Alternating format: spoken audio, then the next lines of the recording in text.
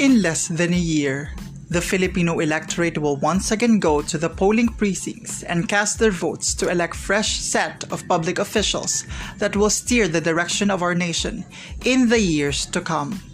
Welcome to Politics and Beyond, an On Point the Podcast election series where I invite public officials and personalities to hear their opinions, analysis, plans, and aspirations for a better Philippines. Also to help the Filipino electorate in the upcoming 2022 national and local elections. So join me as I have my conversations with them here on Politics and Beyond.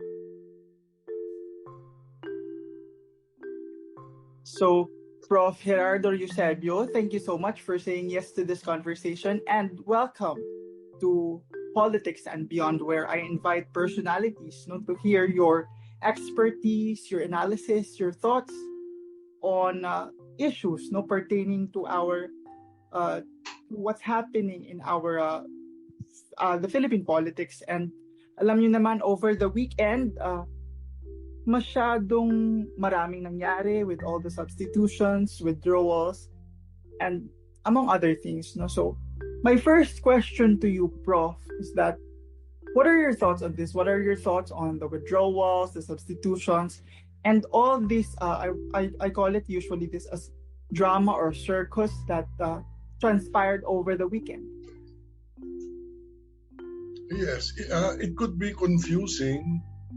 At the same time, dizzying and a little irritating. But of course, the law allows it, and they're probably using it as a part of their campaign strategy or as a campaign strategy tool. Likewise, but probably as I was thinking, probably it would be a good effort by our legislators to look at these provisions or this substitution provisions in our election laws and probably amend it or modify it in some way in order for this to be used as a parang ginagawang parang part of the strategy, ito muna, it has this psychological thing that's going on, and probably I don't know if there were studies they made or if it is really if it can really attract votes. Siguro parang I don't know. I'm not really sure, Franz. Yeah, but there's something wrong with it. Okay, but is it safe to say that you are in favor in amending this provision? Yeah. No. Yes. But I understand that before the COMELEC can improve on this or can twitch something about this provision, it has to go to the Congress, isn't it right? Yes, certainly. Okay. That's why I'm saying that I think the legislators. You mean congressmen? Yes, but the real question here, Prof, is can this prosper considering medyo nga tama nga yung sinabi, medyo ginagamit siyang medyo cover up or strategy. The real question is that will this prosper and eventually magkakaroon ba ng amenda? Yun talaga yung medyo. That's the question. Probably naman, Franz. Pwede naman kasi sino ba yung this is the first time or the second time that I heard that this became a bit part of the news, no? That the first one was with President Duterte in 2016, no? Yes. And this is the second time. Prior to this, nobody has really used this as a weapon or a tool or a campaign strategy. So probably I think it will. I think most of the legislators would agree with us or with the thinking that it should be modified. Hindi naman sabing alisin eh. Kasi importante rin naman yung meron. It's important also, right? But what I'm just trying to say is to modify it. Mm-hmm. To modify it or tweak it, as you say. Okay. Mm-hmm. With the second question, I'll go. What do you think, Prof, will be the dynamics on the vice presidential race now that the daughter of President Duterte has joined the race? Now, what do you think will be the dynamics? Will it need for our vice presidential aspirant to recalibrate their campaign strategy, perhaps considering that Sara is a viable candidate whenever kahit saan po siyang pwesto magpunta. When it comes to the vice presidential race, will her entrance give us a more tight race in the vice presidential race? First of all, just give me an update, please, if there like because yesterday I heard over YouTube that President Duterte would also run for vice president. Yes. I was teaching the whole time from Yes. 11 a.m. until did he also file? For President Duterte, As of according to the communication, Martin Andanar, he told the media that Duterte will go back to the COMELEC to file his certificate of candidacy for the vice president. I heard that. I heard that. But did he file already? As of today, I have not heard anything or any attempt, but Okay. we'll see. Probably since it's already 4:13, I don't know until what time the COMELEC offices will be open, because it is also very important. If you're going to ask me about the dynamics, it will be certainly, it will change a lot when and if President Duterte will file for a vice presidential run. Yes, okay. Mag-iiba ang mag-iiba ang dynamic yan. Pero kunyari na lang, let's assume that hypothetically. Hypothetically, or let's assume that Yes, President Duterte will not file, and Okay. si Sara lang. Then, Yes. kasi ganito yan, Franz, in my long years in campaign management, never has there been too many candidates for president and vice president. I'd like to compare it with the 1992 campaign of when President Ramos won in 1992. That contest was unexpected. Also, all of us, most of us were thinking that it was a Dandingo Huangpo Tan deal, but he placed third. He got 19%, Ramos got 24.5%, and then Miriam got second place. I think she got 23%. It was a very closely, contested race, and then Imelda Marcos got 17%, and then Salonga got, and then total about 100%. So Ramos won with the 24% plurality, meaning 76% didn't vote for him, but he still won. So I'd like to believe that it will probably happen again, considering the weight. I mean, and the quality of that the candidates today are not really pushovers. Most of them are actually dead serious, and at the same time, ano ba tawag doon? Mga llamado ba tawag doon? Mga ano? I mean, we cannot really just say that mahina yung mga yan. It will be just a... Kumbaga, walang tapon sa kanila. Walang tapon. It's everybody's game, kumbaga. Correct. So it's like just a playoffs in the NBA. It's anybody's ball game. Really? No, what you're saying, Franz, it's very true, no? So it's very hard really to analyze and say that ito malalakas.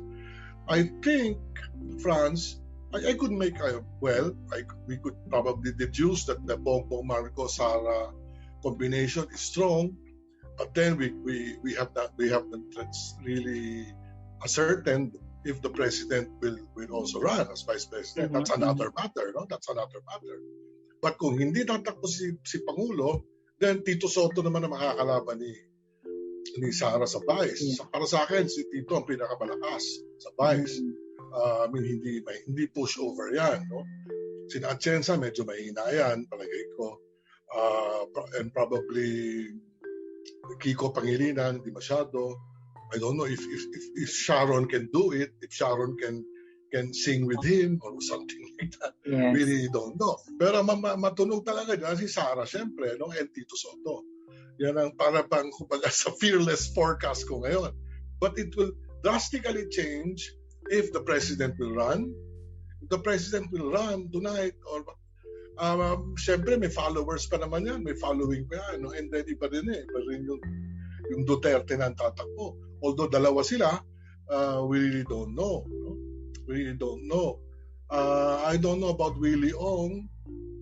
I am not very sure. I think he almost won the senatorial race in mga 17 yata siya, 16. Yes, something yes, like 2019. That. Yes, and then he also has a lot of following in social media. But Franz, I believe in about 2 weeks from now, there would be another Pulse Asia and SWS survey. And then that would be fun after reading the results of that survey. Okay. There will still be some mga isa yan kada isang buwan siguro mga 4 pa hanggang 5 surveys yan. In connection to the run of the daughter of President Duterte, does this make sense to you, Prof, na nag-VP lang siya, considering surveys would show that she's more viable in the presidency? Does this make sense to you, and does this make sense at all, no? Dahil I'm banking on the situation that maybe right after the president will step down, I'm pretty sure that there will be cases coming in, or whatever they want to call it. But does this make sense to you that the daughter is only running for the vice presidency, considering hindi naman niya masyadong mapoprotektahan kung gusto niyang protektahan? Dahil as we all know, the only kumbaga power of kumbaga may limited talaga yung power ng vice president. You are absolutely correct, no? I was all the while I was thinking she was going to be gunning for the presidency, and the truth is, her numbers are very good, for president. But I can also feel that probably President Macapagal Arroyo was able to influence her to slide down, because okay. yes, because you see, I know BBM, no? I know BBM. I have run his operations in 2010. Yes, sir. I've read nga yung extensive profile ninyo. Yes. And after suffering from a very long, arduous legal battle with Vice President Leni Robredo, if you recall, for almost 6 years. Yes. He wouldn't slide down anymore to Vice President, and he's 64 already. Not too old. Oras na niya yung oras niya. Correct.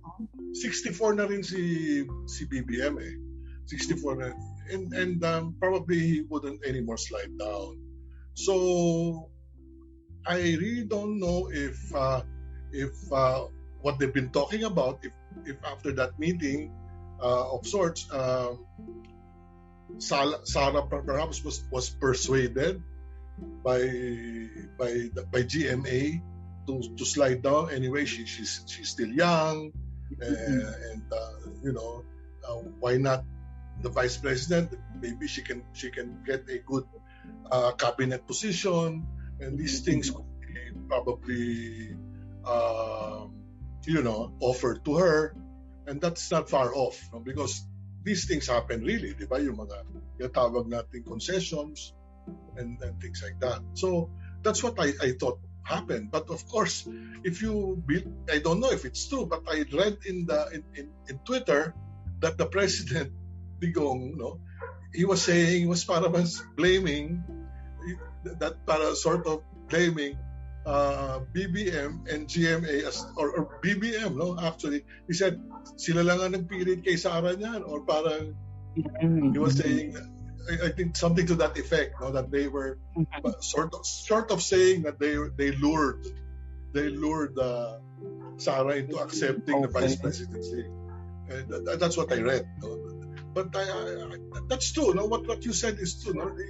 She could have gone for the highest office, but the problem was she actually was with BBM, but she could have run alone. No, yes. The problem perhaps is there was no party, but apparently she didn't like to join the PDP laban because France. It's very easy. They say na kasi yung kanyang party niya hukbong yun eh.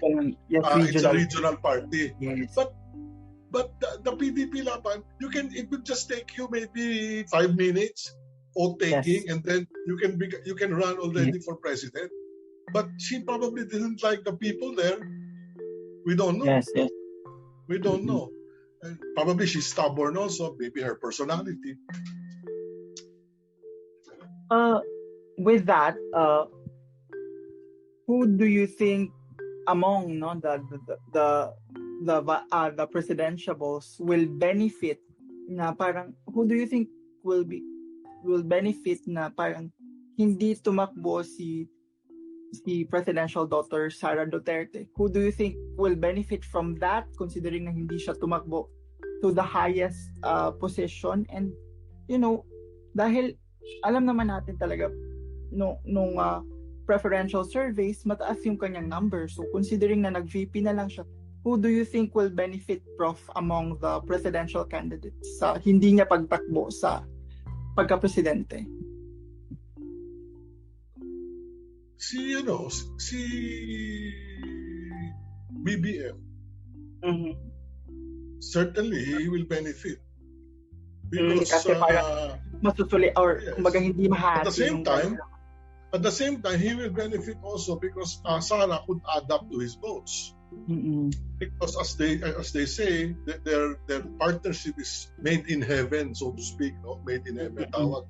Why? Because Marcos, they control the solid north and parts of the Waray region. Sara controls Cebu, and at least through Gwen Garcia, and of course Mindanao. Then that would work for Bongbong's, provided that they will, stick it out together. France, no? So, would you say that? Would you agree that some political analysts would say, or scientists, their team up is formidable? They describe it as formidable tandem. Yeah. Would you subscribe? Okay. Yes, but of course, let me just make mention, it's formidable, but if you will review, France, the results of all the past presidential and vice presidential runs together, 4 out of 5 in the past 5 elections, 4 out of 5 were mixed results. It was only in 2004 that the president, GMA, and Vice President Noli de Castro belong to the same party. Okay. That's also very interesting. 4 out of 5. That's 80%. But And certainly, yeah, certainly formidable. Yes. okay. Adding up to the question, to the issue of substitution and withdrawals, as as an educator, what do you think will be the implication of this left and right withdrawal? How do you reconcile this to your students? No, as a lecturer of political science, what do you think will be the implication of all of these to our democracy? Actually, in general, it's really no good. No? It is negative. It only will show our young students, our young ones, that our elections are so, uh, should I say, confusing. At the same time, it is very contentious. I mean, it's short of saying that there's a lot of deception going on, because that's a product of all these things. Why can't adults supposed to be matured leaders of the land, of the country, just can't decide with resolve that I'm going to run or I'm not going to run. It's only that, diba? Why the allowance for, or the wide allowance for withdrawing, and then sliding down or going up?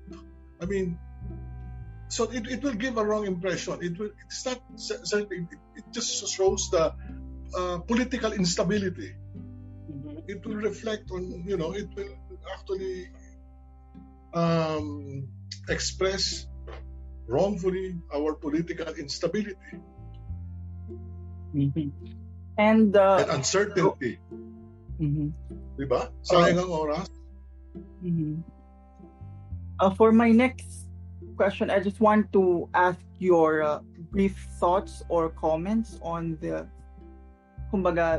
campaign image of each of the candidates. I think we'll start with Vice President Leni Robredo, the Pink Revolution, the association of the Leni Robredo to the Lugaw. Now, what do you think of this Pink Revolution, the sudden change of color and all? Vice President Leni Robredo, I believe, is climbing up in popularity. I think she's getting to be a formidable candidate, no?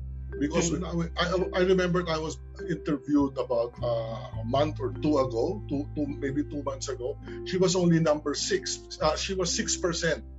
She got only 6%, and then at that time it was Inday Sara that was leading the pack, no? And but now I don't know the numbers, but I can feel it, that she's slowly rising. Second is the Lugaw Association with her, I think, is positive, because it just shows how simple she is. And as I said in another interview, what's wrong with Lugaw? No, why? Because I think some of them try to picture Lugaw as something pejorative or something para bang small time. I mean, that actually is the opposite, no? People will now associate them, because all of us, we eat lugaw, no? It's okay. And then number 3, I think and then also I saw her once. I saw her dancing at Zumba. Yes, that is also positive. That is also positive. We should remember, France, that we should remember the market. The market has been, whether we are, we're not trying to hide these things, no? We are actually, election is a numbers game. And market actually is the DNE, what they call the DNE sector. And they account for something like 60 to 65%. That's no joke. Now, we have to attract them. You have to attract them. It's also a numbers game. The game is just winning. No? Winning. How do you win? Now, Leni has been doing the right things in that area. That's what I noticed. Yeah, and would you like me to go to the other candidates? Yes, Prof. Like Okay. Isko Moreno, for So, example. Isko Moreno is also is not also, I would say, a pushover, no? He is also, I think, gaining ground. So, as a matter of fact, I've read and I listened to Lito Panayo, the dean of our trade. He's actually one of the senior members there. I hope he doesn't mind. But he said that Isko is actually doing 5 to 6 sorties a day. Speaking engagements, no? In Bataan, napakasipag, no? Very energetic. Maybe it's his physique, bata pa kasi. Of course, yeah. Manny, of course, is masipag rin. Kaya lang, ang biro naman nila, hindi lang natin alam kung ilang beses siya nagsasalita at kung sabi nga ni Lito, siyempre Alaska yun dahil si Lito campaign manager ni Isko, sabi niya, depende daw sa dami ng pera ni Manny na binibigay ni Manny. But that's a joke. But pinag-uusapan lang yung sipag. Ano mo yung sipag dyan? Ano mo, France, andyan ang buhay ng kandidato eh. Pero mo hanggang nakakalima, isang araw daw, lagay mo na exaggeration, 4 na lang, ang dami nun. Okay, let's go to Manny. Manny, I think is, I'm not very happy with the way, analysis lang naman ito, di ba, Franz? Wala naman ako hinahawakan kahit isa sa kanila. So I can freely discuss with you how I feel how I see the game is going. Manny, probably I think is parang kulang sa messaging. Although sinasabi niya palang mahihirap, tutulungan natin. Yeah. Parang gas-gas na yun no? Paulit-ulit na lang si Manny sa ganun. Tapos, minsan tahimik siya masyado. Yun nga lang, bigay siya ng bigay. Pero yung bigay naman ng bigay, minsan may negative din yun kasi minsan pag hindi ka nabigay, baka magtampo naman yung ibang hindi mo mabigyan. Yung mga ganun. Yes. So yun ang tingin ko kay Manny. Parang medyo kulang sa sipag si Manny. Baka naman tinatago pa ni Manny. Baka bubuhos yan pagka yung talboksingero yan. Pagka sa iniipon niya yung energy. Di natin alam. Pero sa ngayon, yun ang tanong mo ngayon, medyo mahina. Si Lacson naman, parang ganun din. Kulang sa media coverage. Probably, di ko lang alam, baka naman kulang lang sa pero parang yung mahina yung media niya, siguro. Mahina yung kanyang mga, dapat meron ka dyan, 1-2 maingay sa That's also my question, Prof, about Ping Lacson. Kumbaga napapaisip din ako na parang ang sikat-sikat ni Tito Soto, which is his VP, and then parang may something na disconnection na parang hindi ba siya nadadala doon sa popularity ni Tito Soto himself. What do you think would be the problem? Very would good. Be the disconnection? Kumbaga hindi ba siya naka-cover? It's not actually a disconnect. It's the nature of our unthought of, kulang sa hindi na pinag-aralan na two-party system na hilaw. Kasi ang two-party system sa US, minsan ang nagdadala si Kamala Harris siya nagdala kay Biden, may lugar na si Biden nagdala kay Kamala Harris. Sa kanila, black voting Pag binoto kita, kunwari tayong dalawa magka-team, sa lugar na malakas ka, France, dala mo ko. Sa lugar na malakas ako, dala kita.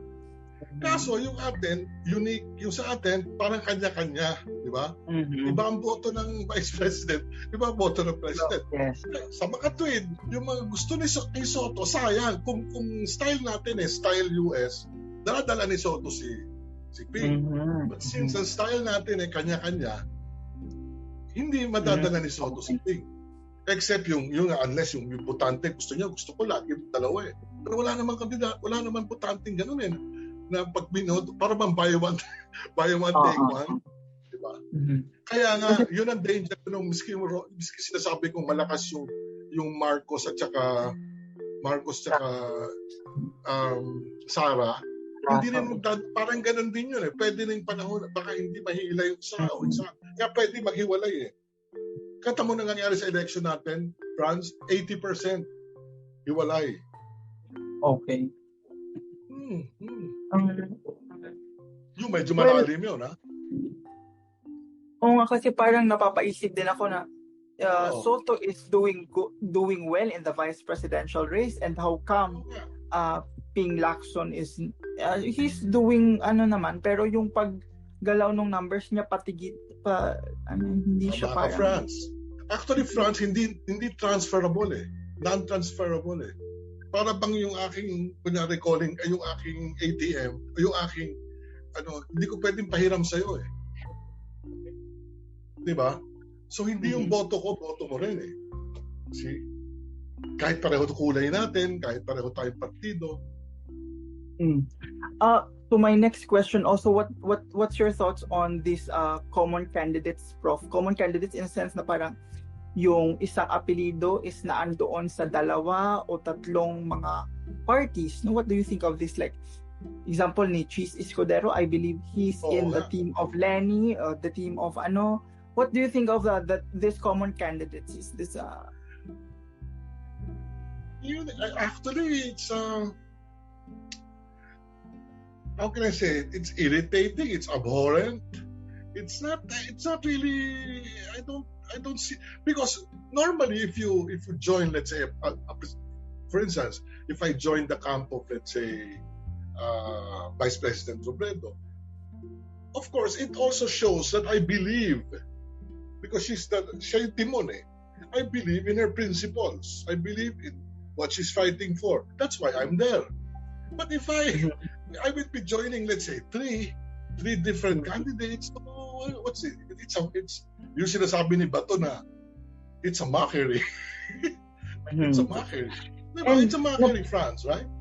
Doesn't mean anything at all. Napapaisip din kasi ako parang paano nila sasabihin na when they come into sorties or people, sino yung ipopromote nila, number one, and anong mga policy o mga programang sino yung susuportahan talaga nila, sinong programa, medyo nakakalito. Exactly, Fran. Ang gusto lang nila doon, France, publicity lang. They don't only after themselves. For instance, if I'm a senatorial candidate, okay nga naman yung kasama ko si Lenny. Minsan, picture taking naman kami ni Pacquiao, picture taking naman kami ni Isko. Lagi nadudun ako. So ako, yun ang laban ko. Pero wala ka ng ideology noon, it doesn't mean a thing actually. That's true. Kaya tapos sabi ni Isko, may sinabi siya, that Isko also, I'm neutral. Sabi ni Isko, sana naman yung kukunin namin mga senatorial ball, sana naman yung medyo kahawig yung aming programa. Parang gano'n. Kasi di ba, asa na napunta yung program of government mo? Asa na yung platform mo? Wala na eh. Actually, masyado natin binastos na eh. Masyado na natin inano na natin, kumbaga tinutuon na natin, sinasabi natin, weak ang ating party system. Itong eleksyon ngayon, talaga kumbaga parang ginawa lang, talaga ginagis na nila talaga sa basura. Kumbaga mas naklaro o mas na-emphasize yung kumbaga weak talaga ng political party system in a sense ng mga kandidatong Pero hindi magandang example, di ba? Down to my last question, Prof. I've seen your profile, no, kasi nag-ano din mo. You have a very your experience in campaigning for someone is very vast, no? You make mention that you've handled Marcos and many others. What do you think will be the best messaging or slogan, or even, how do you paano mo minomold yung isang kandidato, and what do you think will be the best messaging that our candidates should do, no? Like, kumbaga, kasi I'm asking this because you said kanina the love for the poor is very gas-gas now. What do you think will be the kumbaga right messaging in your experience? If you ask me, the first answer would be, if you ask what is the best messaging, would be something that will reflect the personality, and advocacies of the candidate. If I recall, we did Mr. Palenque for Marojas. That was a very good one. Yes. Because at that time he was DTI secretary, and we were thinking of the best.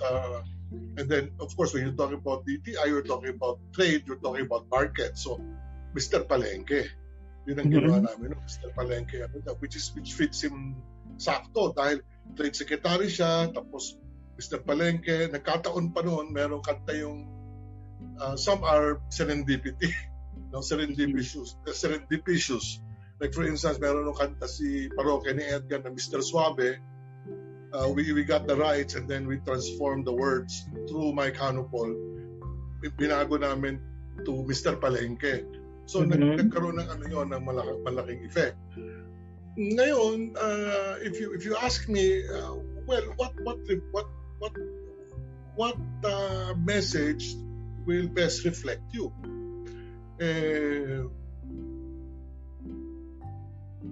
Well, it's really very hard. No, it's indeed not very hard, but it needs a lot of. It should be thought provoking. Number one, it could. You can organize a focus group discussion to maybe 12 people talking about you, and then come up with the best one that would depict you, and then. But the simpler, the better, France. No? Like I remember when Binay won vice presidency under nagkaroon sila nag-split, di ba? When Binay won that one, he just said, Binay gaganda ang buhay. Into a simple tune. Tapos yung era para sa mahihirap. If you will notice, these successful Mr. Palenque are short and very, what do you call that? Very message filled or very yung mga ganon, the more relatable, the better. Exactly.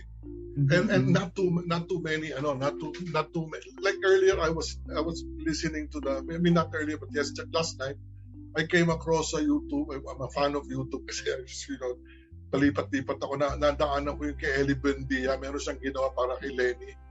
Okay siya, pero parang medyo mahaba masyado. Pero sa bagay, siguro iba naman yun, ibang approach. Yung si Ken really noon, gusto ko, happy ka, mga gano'n. Bisan nadadali mo yun sa gano'n lang, but you're right, because today, actually, the new normal campaigning, France, there would be less handshaking, face-to-face meetings, embracing, kissing children, wala na yon. So to replace that would be more video and audio. So yung audio, yung mga kanta-kanta, mga gano'n. Last question na lang, no? Do you think, Yes. dahil hindi pa naman, I guess, 5 magko-close yung COMELEC.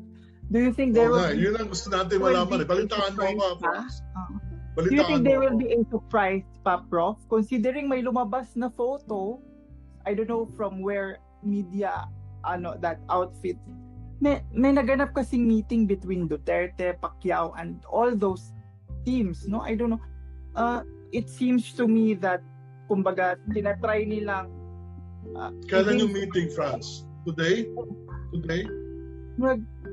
Last 2 days ago, nakipag-meeting yung team ni Pacquiao and with President Duterte.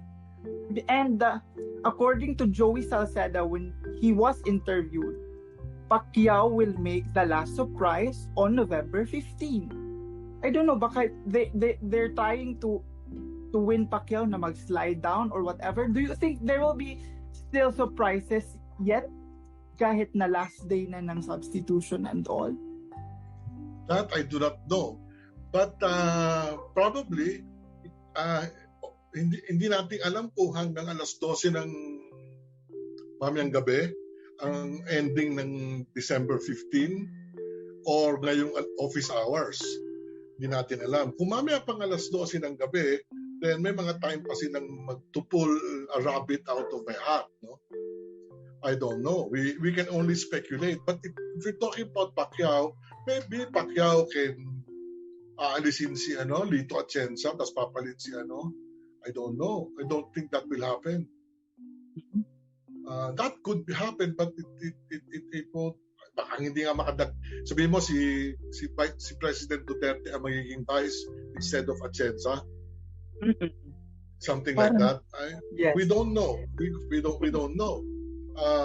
Or it could also be, France, that probably the president thought that napakapangit na magkalaban silang mag-ama. Vice president. Maybe what's happening now, I'd like to think, is that maybe kasi I'm a father also, baka kinakausap ni presidente si Sarah na umatras na lang o kaya palitan. Pero may kwento sa akin kasi na parang hindi yata nagkakaso. Hindi natin ko alam Parang, yes.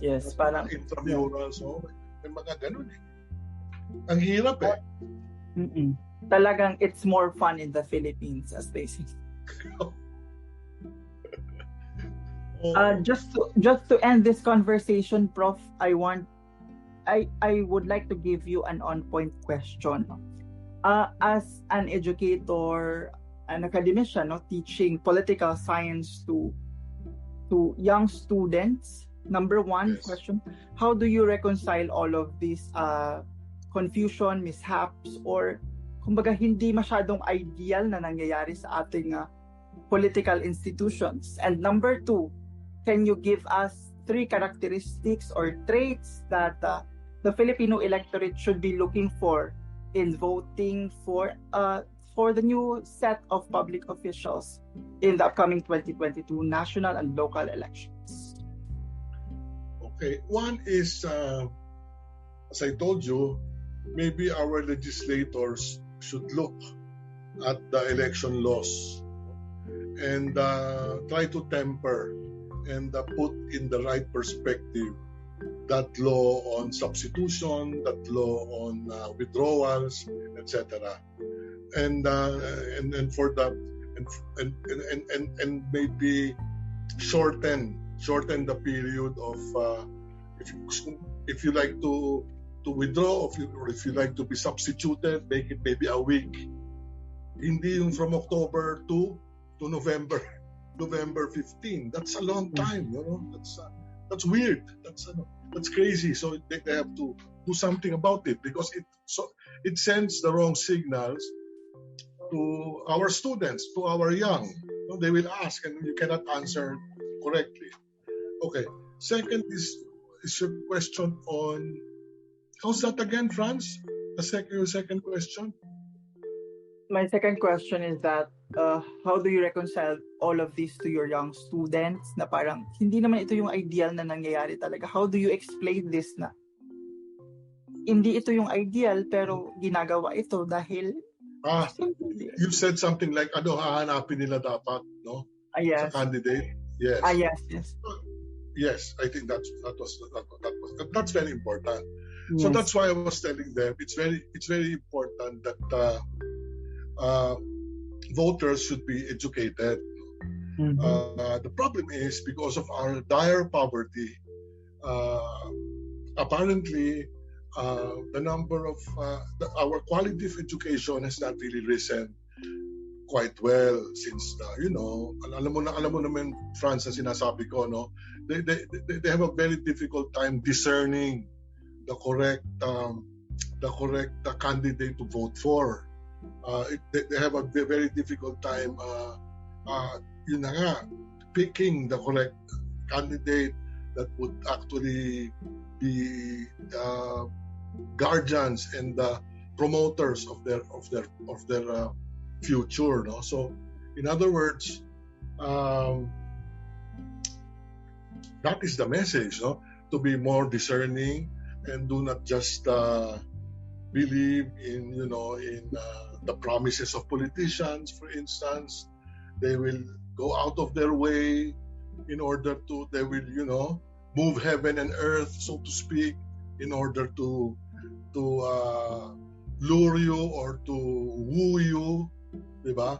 to vote for them. But and I'm also telling them the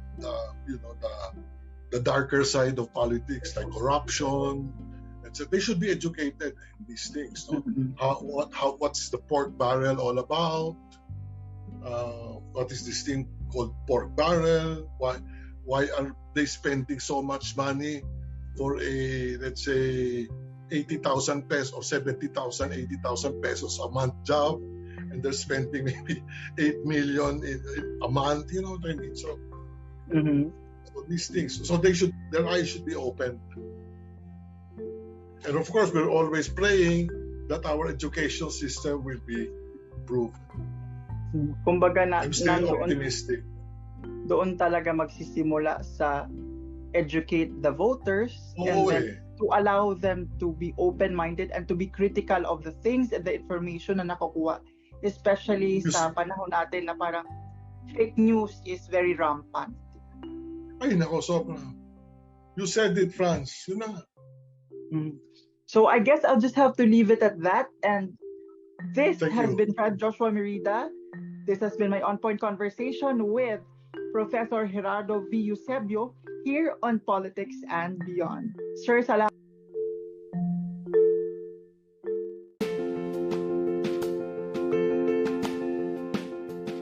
And that's it for this week's episode of Politics and Beyond. Don't forget to follow us on Facebook, YouTube, and Spotify to keep you updated. Until our next episode here on Politics and Beyond, where we elevate the issues through conversations.